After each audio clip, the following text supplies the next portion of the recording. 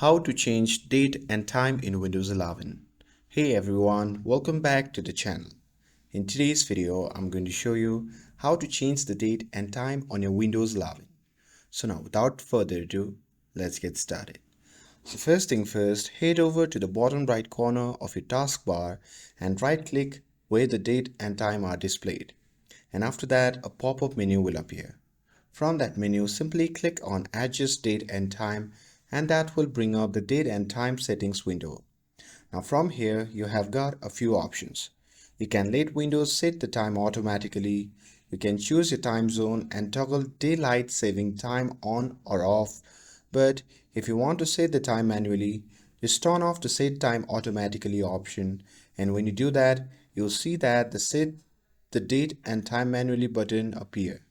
So just go ahead and click change and now you can adjust the date and time however you want.